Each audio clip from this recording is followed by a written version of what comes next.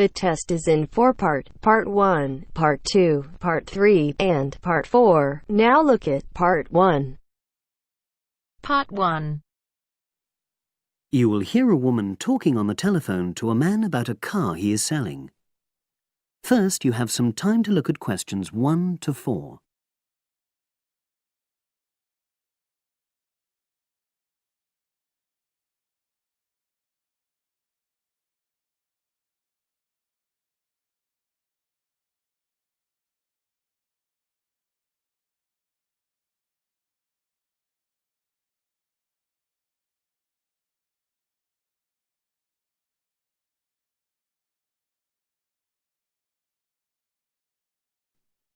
Now we shall begin. You should answer the questions as you listen, because you will not hear the recording a second time. Listen carefully and answer questions 1 to 4.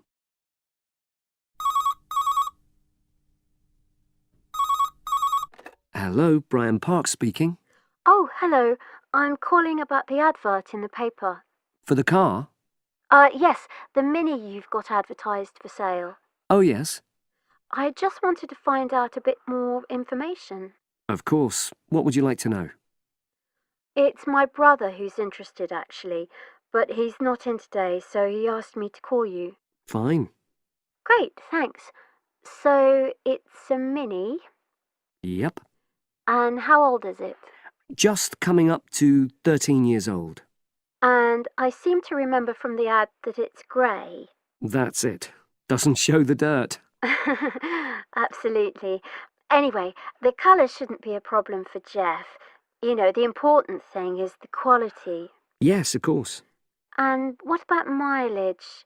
With it being pretty old, it's probably over 100,000?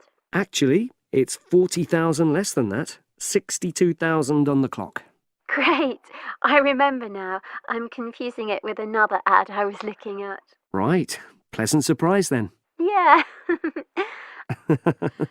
Have you been the only owner, or was there a previous one? I'm the second one. Before, it was owned by a teacher who was a very careful driver. Didn't have any accidents. Very good. And what about you? What do you tend to use it for? I haven't used it all that much, mostly for shopping. You know, the sort of thing. So not much wear and tear. I'll make a note of that. I know Jeff wanted me to check that. Right. Before you hear the rest of the conversation, you have some time to look at questions 5 to 10.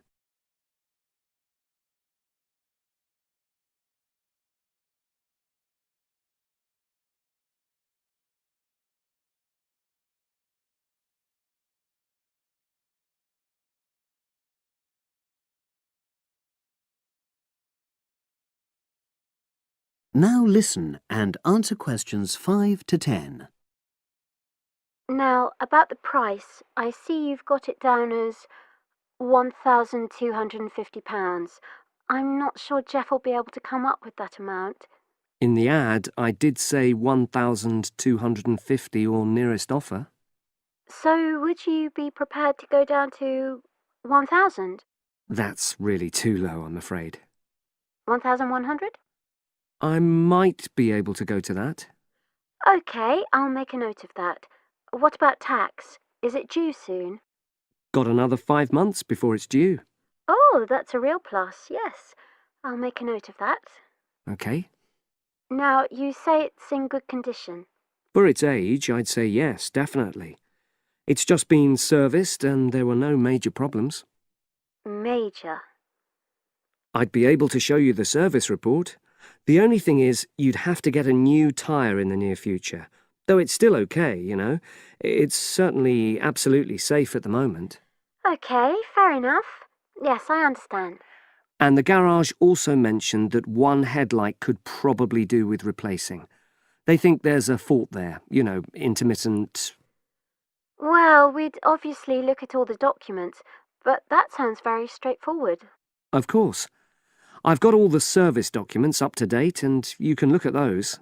Well, it all sounds pretty good, and I know my brother will be interested, so would it be possible for him to see the car? He's back from his trip tomorrow and away tonight, so How about tomorrow? Tomorrow? Wednesday? I'm afraid that's not possible. I'm out pretty much all day. Well, Thursday then? That'd be fine, yeah. In the morning? Yes, that'd suit me perfectly. Great. Now, you'll need my address. Oh, yes, of course. What is it? It's number 238, 238? London Road. Oh, that's easy enough. Yes, very straightforward. So I'll pass on these notes to Jeff, and he'll see you in a couple. That is the end of part 1. You now have half a minute to check your answers.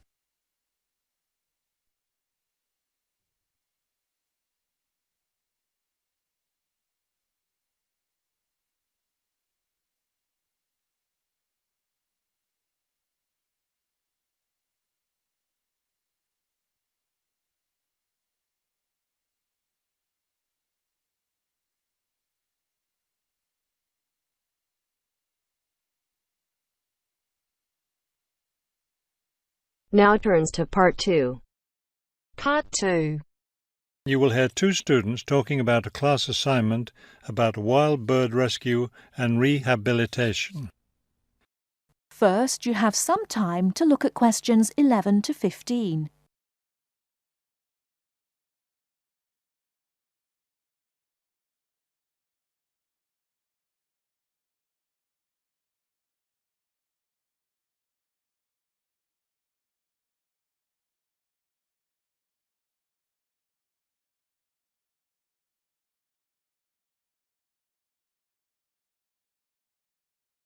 Now, listen carefully and answer questions 11 to 15.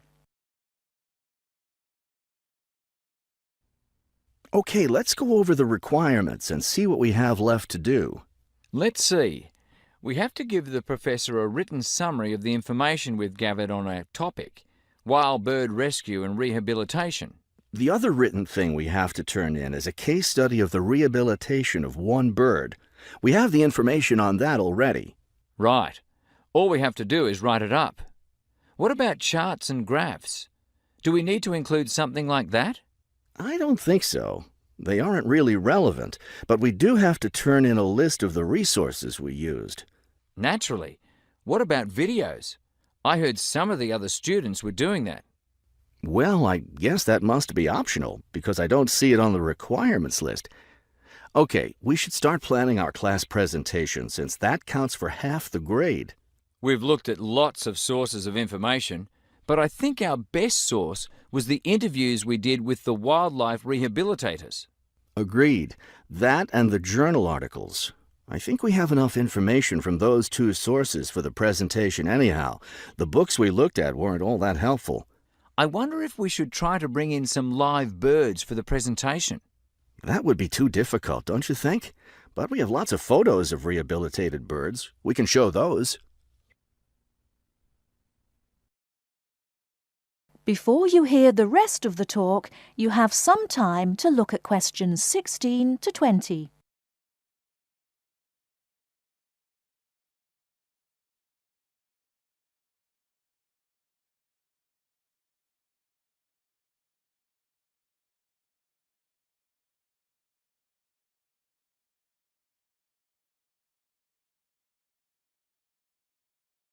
Now listen and answer questions 16 to 20. Right. Okay. I think we should start by talking about how to rescue a bird. Probably first we should help people understand which birds need rescuing. Yeah, that's really important. Because a lot of times people see a baby bird that's all alone, or they find a bird sitting on the ground and they think it needs to be rescued. And usually, those are just baby birds learning to fly. So we should emphasize that people should only attempt to rescue a bird that's clearly injured. For certain kinds of birds, the rescuer needs to wear protective gloves because some of those birds have sharp claws and can tear your shirt, or worse, injure your face or some other part of your body. Yes, that's an important point. Okay, next, let's tell people to put the injured bird in a box with good air circulation. We should let them know that a cage isn't necessary, and a bag, especially a plastic one, could hurt the bird more. Another thing we need to say is that the best way to help the bird stay calm is not by petting it or talking to it, but by leaving it completely alone. Then people should take the bird to the bird rescue center as soon as possible. Right. And we should also point out that when they're driving the bird to the rescue centre, it's better not to play music on the radio or talk loudly, because those things just stress the bird. Yes, it's better just to speak quietly while you have the bird in the car. Okay, we've got that part covered. Next, we should talk about what happens at the rescue center. That is the end of part 2. You now have half a minute to check your answers.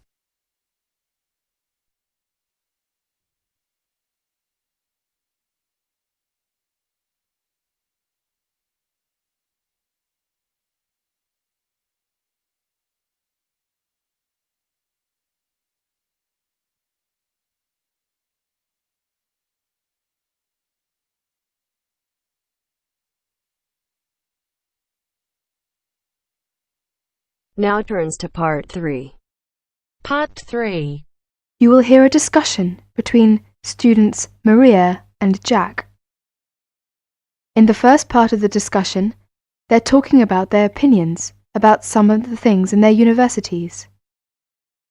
First, you have some time to look at questions 21 to 26.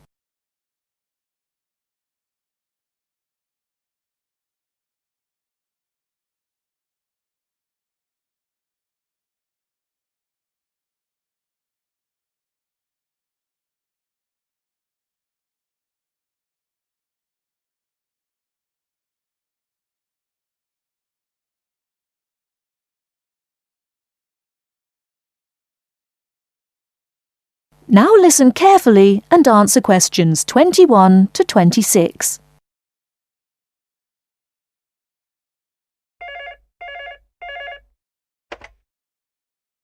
Two four one 4331. Good afternoon. May I speak to Jack Robert, please? Speaking, please. Hi, Jack. This is Maria. Hello, Maria. How are you getting on there? Fine. I arrived in Nottingham yesterday. I've just settled down, and I live on the campus of Nottingham University. Oh, that's good. Do you like the campus? Yes, it's beautiful. What do you think of yours? Edinburgh University? It's marvellous. It's on a hill and very close to the sea. I like it very much. It sounds beautiful. Jack, what's the weather like there? Oh, it's fine and sunny.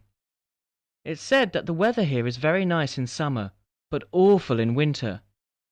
What's the weather like in Nottingham? Well, it's a bit depressing. It's been raining since yesterday. I can't go out, so I have to stay in my room. What about your room? Is it a nice one? Yes, it's small and elegant. How about yours? Mine is an ordinary one. It's a twin study room. I share it with one of my classmates. He's intelligent and very friendly. We're getting on quite well. How's your roommate? She's very nice, but a little bit quiet. She likes reading and seldom speaks. By the way, do you like the Scottish food there? Oh, I like it. It's very delicious. Oh, really? I don't like the food here. It's disgusting. It has no taste. I have to cook for myself in my room. Well, Maria, as the saying goes, when in Rome, do as the Romans do. Come on, don't be too choosy. Oh, someone's at the door. I have to answer it, Maria. I'll call you this evening. Bye. Bye. Ellen, a student union officer, is conducting a survey about the university facilities.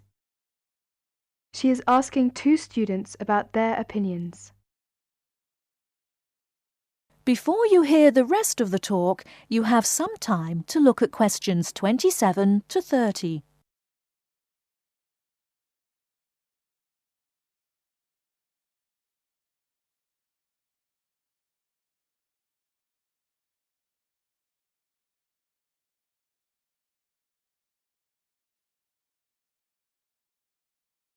Now listen and answer questions 27 to 30. I'm Alan, and I work for the Student Union. Now, I'd like to hear your opinions about a few things in the university.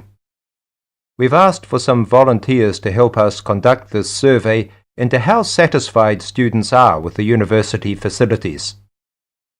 First of all, let's take the lecture rooms. We could score them, for instance, 1 is excellent, 2 satisfactory, 3 rather poor, and 4 really bad. Robert, you first, please. What do you think about the lecture rooms here? Not so good, I'm afraid. I would score 3. They're too small for one thing. Sometimes we can hardly find a seat. Yes, but that doesn't happen very often. Personally, I think they're all right. They're comfortable, and the acoustics are quite reasonable. It doesn't matter where you sit, you can always hear the lecture. I would give 2 for them. How do you feel about the car parking facilities? Are they adequate? You must be joking! I can never find a car parking space when I need one, and when I finally do, it's a very long walk to the university's teaching building. I'd give it a 4. I'm afraid I also agree.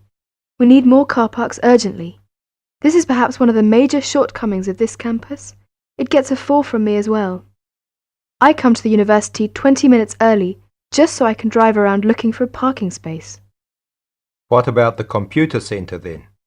I think it's first class. The software base contains a large selection of learning programs, language games, and word processing facilities. I would give a score of 1. I quite agree with you. It's very modern, and also under the supervision of qualified staff who can offer help to us while we work, should we need them. Oh, good. Well, what do you think of the library facilities? Let's say the periodical room first. Well, I've scored that 3. I'm sorry to have to say, but, I think the room has poor lighting, and I'm disappointed about that. I've given it a score of 1. As far as I'm concerned, it's excellent and well stocked. Thank you, Robert and Mary. Now, let's turn to the photocopying facilities. I would give it a score of 2. Personally, I think it's all right and it's very helpful. Huh? I would score 3. I think it's too expensive for photocopying, and there are not enough machines. Sometimes we have to stand in a line. Okay. Now, let's talk about the... That is the end of part 3. You now have half a minute to check your answers.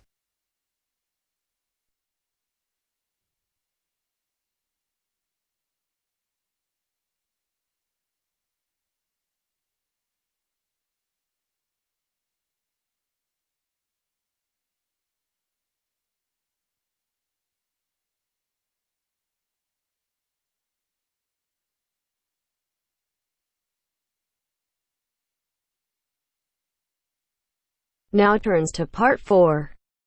Part 4. You will hear a talk on local businesses at a university business centre. First, you have some time to look at questions 31 to 40.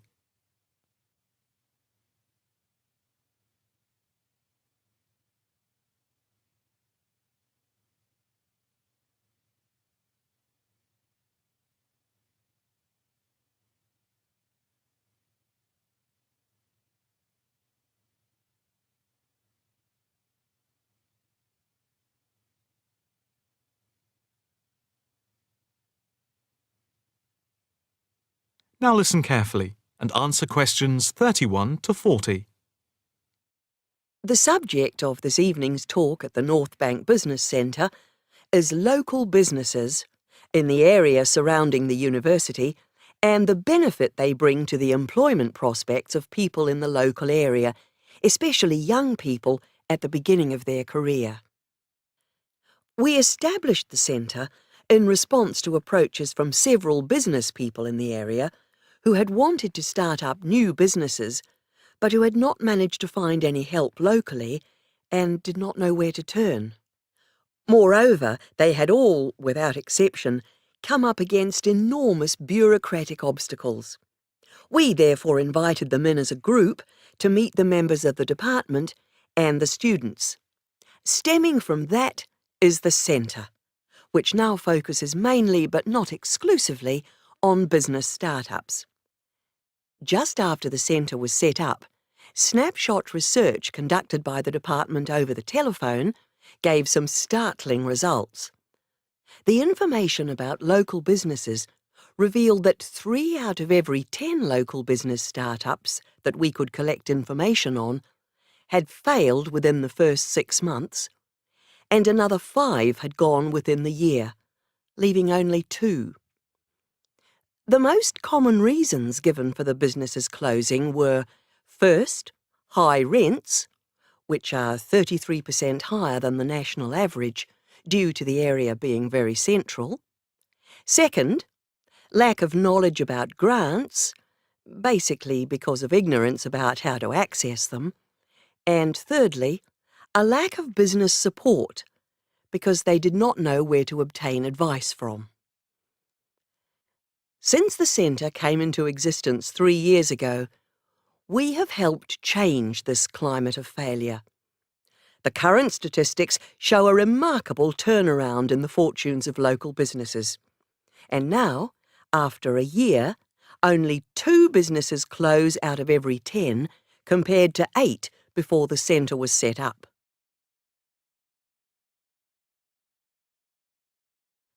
Six local businesses are now taking part in a work placement and monitoring scheme, which is of mutual benefit to ourselves and the companies involved. O Foods, a small start-up company with 9 employees involved in organic food and based at a local market, has 1 final year graduate doing a year-long study on improving the stock turnaround. This was a particular problem because the company found that they were losing sometimes up to 30% of their stock. Another start-up is Innovations, which deals with producing video games. This company, which employs only 5 people, all under the age of 25, is receiving support in attracting business partners and achieving production targets. In the smaller business category, Sampson's Limited, a courier company which is interested in developing a taxi service, is being offered help with their business expansion plans. Another small niche company called Vintage Scooter, which specialises in revamping old scooters, is taking part in a product monitoring scheme, offering customer service up to a year after purchase to check the quality of their restoration. The first of the 2 medium-sized companies that the scheme is monitoring is Build Limited, which employs 47 people. A comparison of their products and services with other businesses in the area is being carried out by a researcher who is trying to support them in their efforts to extend the company's product range. The last company, Jones Systems, is perhaps the most interesting because it has been the victim of considerable personnel problems, which have been affecting the day-to-day operations of the company. And so, we are looking at conflict management and team building within the company. To sum up, advisors help the companies look at different business options and models, apply for grants, deal with employment issues, systems creation, and also provide accommodation at the centre to help them start up. E-mentoring for fledgling businesses is also in operation for those who find it difficult to attend the centre personally. The programme is funded by grants from local authorities. That is the end of part 4. You now have half a minute to check your answer.